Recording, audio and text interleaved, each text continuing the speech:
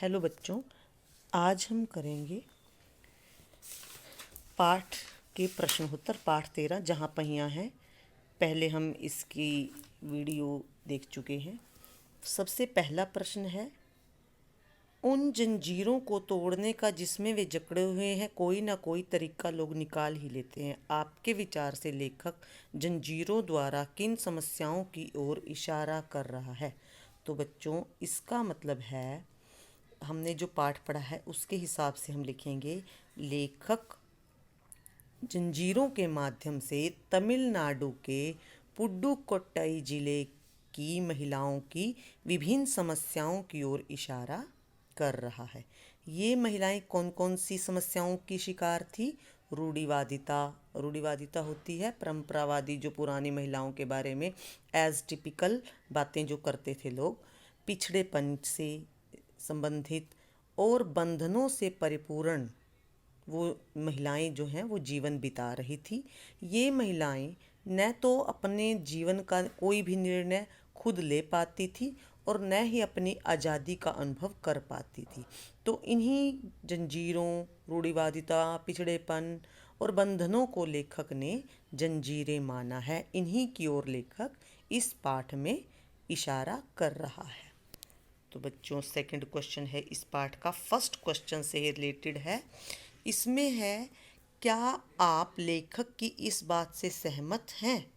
अपने उत्तर का कारण भी बताइए कि लेखक ने इन चीज़ों को जंजीरें माना है, तो क्या आप भी इनको जंजीरें मानते हैं?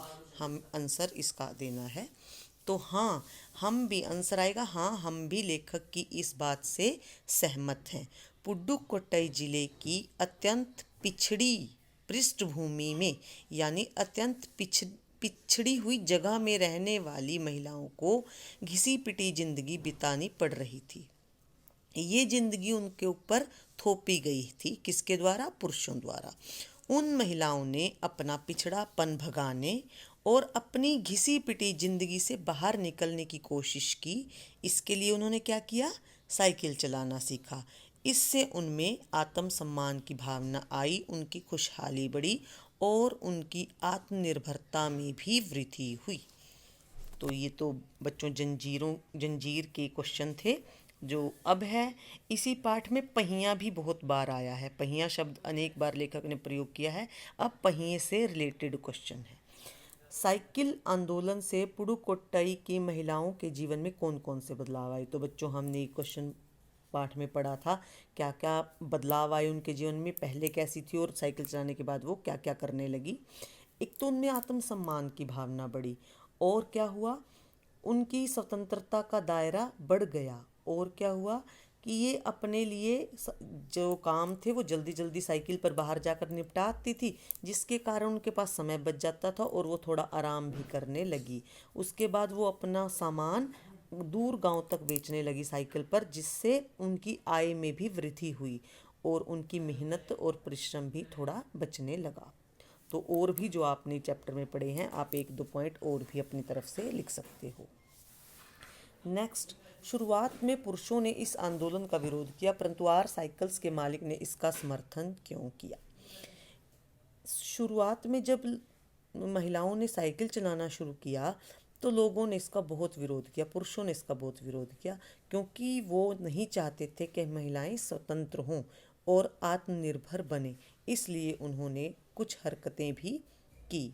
परंतु आर साइकिल्स के मालिक ने पुरुष होकर भी स्त्रियों की साइकिल चलाने का समर्थन किया, क्योंकि वो अपनी साइकिल की, लेडीज साइकिल की बिक्री बढ़ाना चाहते थे, और अगर बिक्री बढ़ेगी तो उनको सीधा सीधा लाभ उन्हें मिलेगा। इसलिए उन्होंने इसका समर्थन किया। किसका समर्थन किया? साइकिल आंदोलन का।